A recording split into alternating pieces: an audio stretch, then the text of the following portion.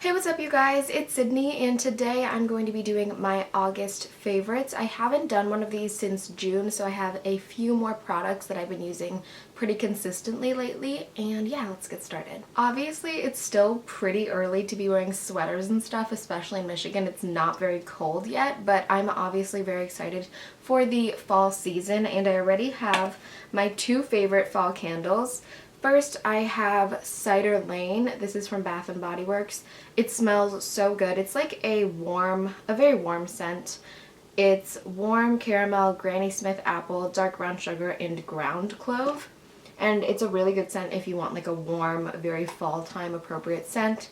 And then I also love the lavender and vanilla candle, and this is like my all year round favorite scent all the time. First, for beauty, I have the Simple Micellar Cleansing Water, and these have been around for a while and a lot of people on YouTube have been talking about them, but I really didn't think I needed one just because it's pretty much the same as like a makeup remover, and I thought it would be the same as a just like cleansing wipe, but I actually use this all the time. I think it does really clean my skin off better than a wipe normally would. So I wipe my makeup off with a cleansing wipe, and then I go in with this micellar water on a cotton pad, and then I wipe all the rest of my makeup off, and then I wash my face. And I also use this like if I'm too lazy to wash my face before I work out or something and I just want to clean it off, or I'll swipe it over my face after I work out if I feel like really sweaty. So that's when I think I use this, and I also use this to take off swatches on like my arms and hands and stuff. Sticking with skincare, I have two masks. These are the Sephora sheet masks. I love these a lot. They're not very expensive at all. I think they're like $8, and I love sheet masks. They're really easy. They're not super messy like some clay-based masks. I have the Pearl face mask, which is for brightening, and then an avocado mask, which is really moisturizing, and especially when it gets colder, I think I'm going to be using the avocado one because it's super nourishing and moisturizing, and they're just so easy and quick to use, and they're not that expensive. And I love to take these when I travel because my skin gets really problematic when I'm on planes a lot or something like that, so this is really helpful. Now for real beauty favorites, I have two eyeshadow palettes. First, I have the Nubian palette by Juvia's Place, and I used this and reviewed it in my last video. It was a cut crease tutorial, so you can get a more in-depth idea, but it's just a really gorgeous warmed toned palette, and it's only $23, so it's not that expensive, and it is just so gorgeous. It's perfect for fall time especially, but I would use these all year round every day. Next, I have the Too Faced chocolate bar, and this has been around for quite a while, and it definitely had a time where every single person on YouTube was talking about it, and I just thought I didn't need it because it's a lot of neutral colors, and I didn't think the colors were anything special that I needed in my collection, but I got it for my birthday in June, and I love it so much. I use it almost every single day. The colors are very basic, but it has a really great arrangement to where I really don't need to use any other palettes, and it smells like chocolate, which is really great. Next, I have highlighter. Of course, it's my favorite makeup product by far. I have the Becca Shimmering Skin Perfector Liquid, and this is the color Champagne Pop. It's a collaboration with Jaclyn Hill, and these are really popular. People really like them, and I wasn't really sure what I was going to use it for because I have oily skin, and I didn't know if I would want to mix it into foundation if I would look oily, but it actually makes my foundation just look so beautiful and so glowy, but it doesn't change the consistency of your foundation, so you're still not going to get overly oily throughout the day.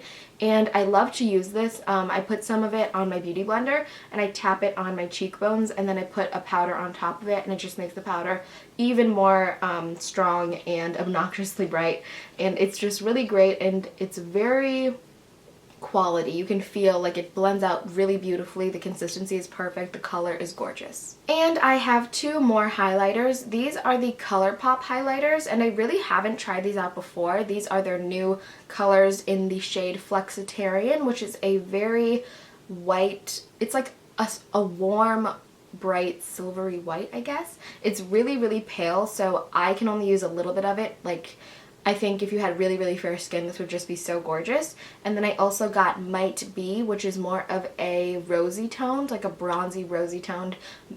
This works a lot better on my skin tone. It doesn't look as ashy, but I love the consistency of these. They're so easy to blend it in the skin. I just rub my fingertips in there and I just pat it on my cheekbones. You can also use a synthetic brush and that works really well.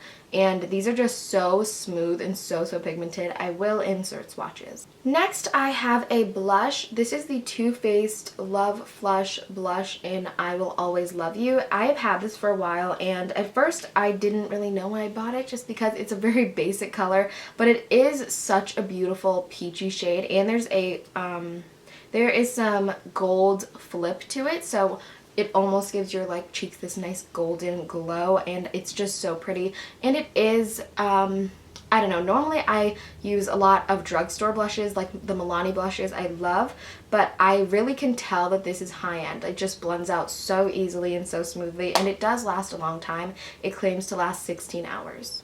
Second to last product, I have the L'Oreal Brow Stylist Plumper in the shade medium to dark, so it's just like a dark brown. And my eyebrows are very naturally thick and they're not very sparse, so I use this on days when I'm too lazy to fill in my brows with a brow definer. The Anastasia one is my favorite, so I just brush this through my brows and it just fills in any little areas that need a little bit more help. It helps me look a little bit more put together, and it is a brow gel, so my brows do stay in place. Last but not least, I actually have a new liquid eyeliner. I've been using the Stila one for as long as I can remember, probably for the past 3 years, and it has been my ride or die. I still really like it, but lately I've been trying the Kat Von D ink liner, and this is in the color Trooper. It's just a really dark black, and I like this one because it is a lot more matte than the Stila one. I find that the Stila one is like, it has a little bit of reflectiveness, like it will catch the light just a little bit, whereas this is just really, really matte.